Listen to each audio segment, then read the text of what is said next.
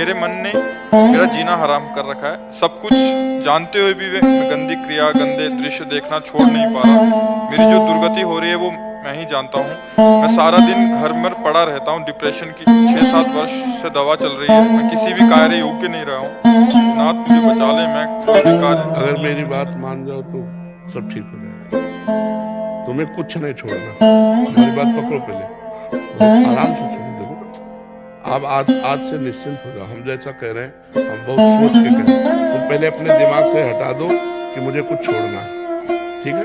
अब आपको पकड़ना है, बस आप नाम पकड़ लीजिए।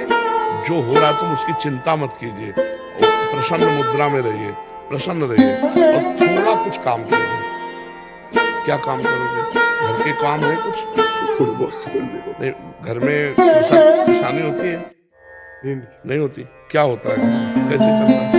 वैसे सब नौकरी करते हैं, तो मैं पढ़ाई करता हूँ। तो कुछ काम करो, वो मतलब कार्यरत रहो। गाय भैंस कुछ है? कुछ काम करो। बस मैं आपको दोस्त बने देता हूँ।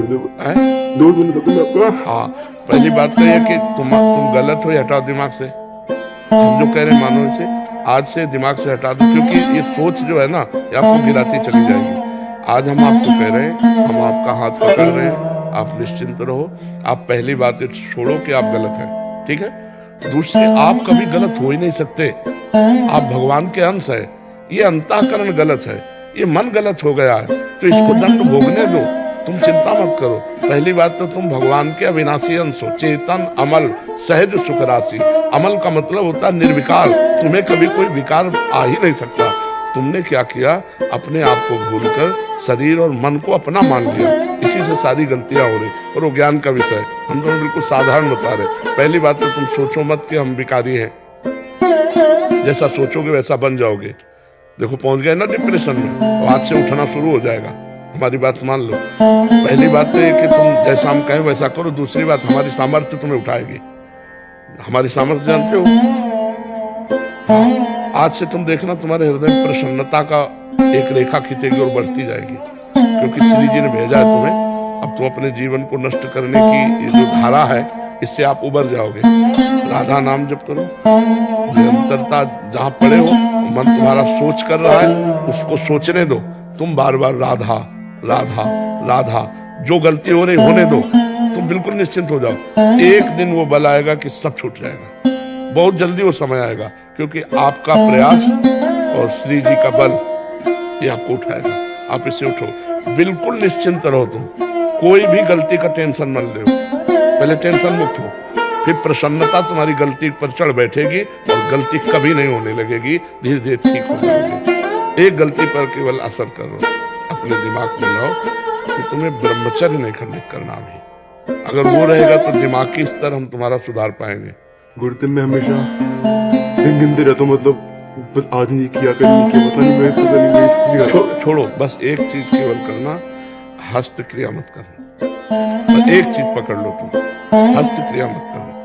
वादा हमसे करो, पक्का कर दिया तो बस ठीक है। और राधा नाम जपो। और आज से हम तुम्हारा वादा करते हैं, तुम किसी भी तरह की चिंता मत करो। ये हम मतलब बिल्कुल हृदय से कह रहा हूँ। तुम बिल्कुल चिंता मत करो। आज से देखोगे आप, महीना भर बाद फिर आना हमसे मिलना के दोस्त भाव से। हम कोई बल ऐसे बिल्कुल ऐसे समझो जैसे तुम जैसे हम, जैसे हम वैसे तुम, बिल्कुल अंतर नहीं। बस निश्चिंत हो जा। निश्चिंत हो जा। नहीं नहीं नहीं, ऐसा नहीं, बिल्कुल हम तुम दोस्त हैं, कोई पापी नहीं। देखो गंगा जी के पास जब जाया जाता है और गंगा स्नान किया जाता है, तो अपने को लगता है ना कि मैं पाप रहित हो रहा हूँ, क्योंकि गंगा स्नान कर रहा हूँ।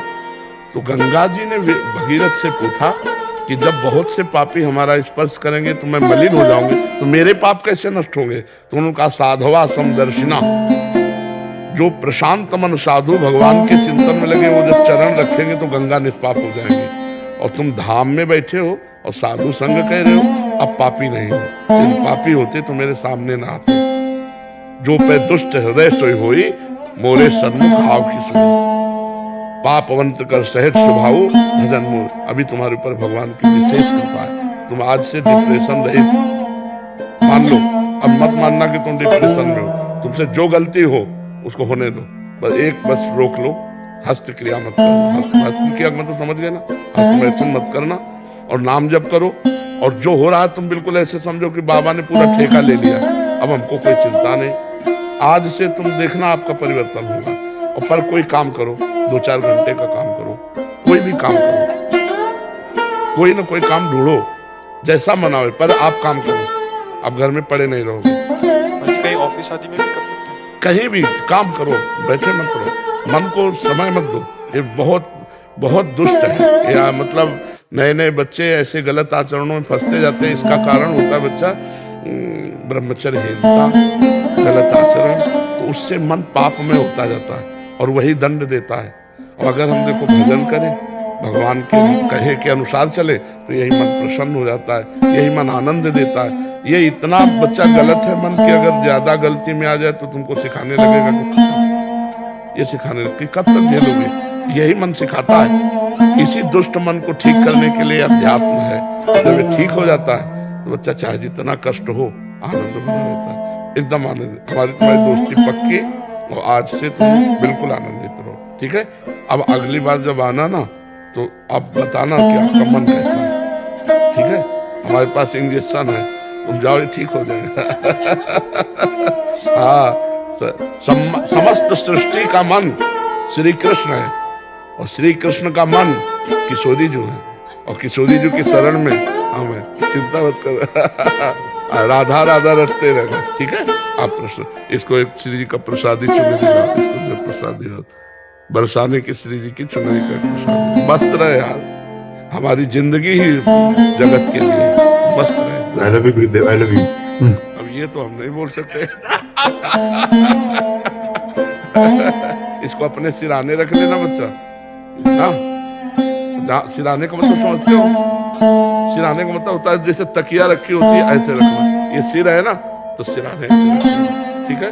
और हर समय इसको देखना मानो हम ही आए तुम्हारे पास।